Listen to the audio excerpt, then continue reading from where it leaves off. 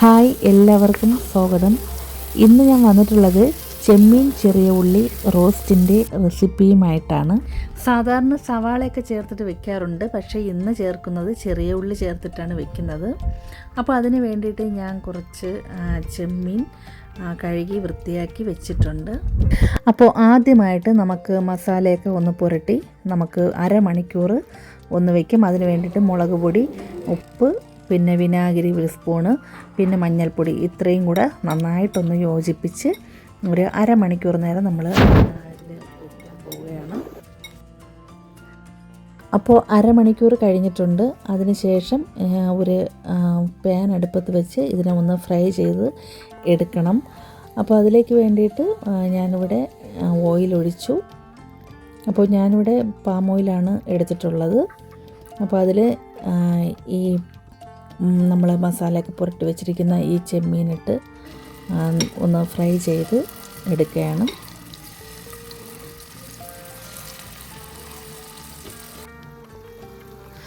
അപ്പോൾ ഇത് ഏകദേശം ഒരു 3-4 മിനിറ്റ് നേരം ഇങ്ങനെ ഒരു സൈഡ് ഫ്രൈ ചെയ്തെടുക്കണം.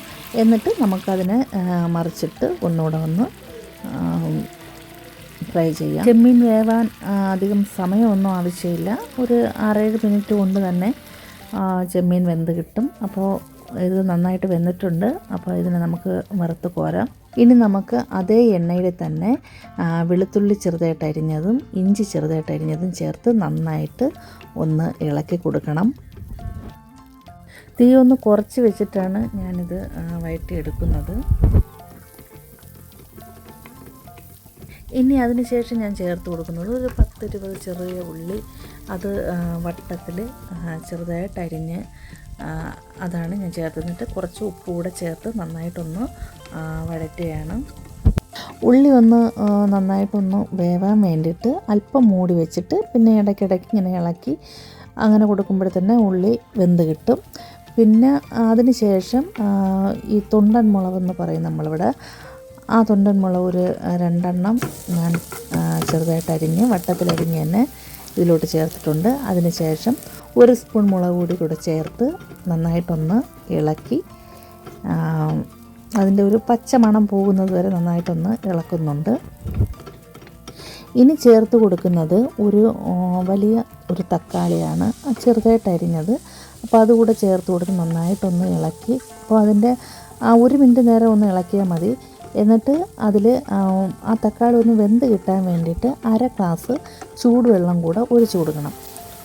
എന്നിട്ട് മൂടി വെച്ച് അതിന് ഈ തക്കാളി ഒന്ന് നല്ല രീതിയിലൊന്ന് വെന്ത് കിട്ടാൻ വേണ്ടി ഒന്ന് മൂടി വെച്ച് വേവിച്ചെടുക്കാം. 2 മിനിറ്റ് ആകുമ്പോൾ തന്നെ തക്കാളി നന്നായിട്ട് വെന്ത് കിട്ടും. അതിനുശേഷം നമ്മൾ ഫ്രൈ ചെയ്ത് വെച്ചിരിക്കുന്ന ചെമ്മീൻ ഇതിലോട്ടിട്ട് പിന്നെ അതിൽ കുറച്ച് കറിവേപ്പിലയും ഇട്ട് കൊടുത്ത് ഒരു 1/4 സ്പൂൺ കുരുമുളക് പൊടിയും ചേർത്ത് പിന്നെ പെരുംജീരകം, പട്ട ഇതൊക്കെ പൊടിച്ച ആ ഒരു ഗരം മസാലപ്പൊടി അതുകൂടെ ചതച്ചാണ് ഞാൻ ഇട്ട് കൊടുത്തിട്ടുള്ളത്.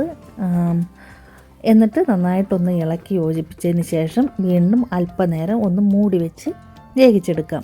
ഏകദേശം ഒരു 3 മിനിറ്റ് കഴിഞ്ഞതിന് ശേഷം നമുക്ക് മൂടി തുറന്ന്, അപ്പോൾ അതിൽ വെള്ളമൊന്നും വറ്റിയിട്ടില്ല. അപ്പോൾ വെള്ളം വറ്റാൻ വേണ്ടിയിട്ട് നമ്മൾ ഇടയ്ക്കിടയ്ക്ക് ഇങ്ങനെ ഇളക്കി യോജിപ്പിച്ച് ആ വെള്ളം ഒന്ന് വറ്റിക്കണം. അപ്പോൾ നമ്മുടെ ചെമ്മീൻ റോസ്റ്റ് ഇവിടെ റെഡി ആയിട്ടുണ്ട്.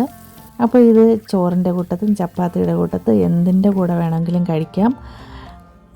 ഇന്നത്തെ ഈ ഒരു വീഡിയോ നിങ്ങൾക്ക് ഇഷ്ടപ്പെട്ടു എന്ന് വിശ്വസിക്കുന്നു. പുതിയൊരു വീഡിയോ ആയിട്ട് പിന്നീട് വരാം.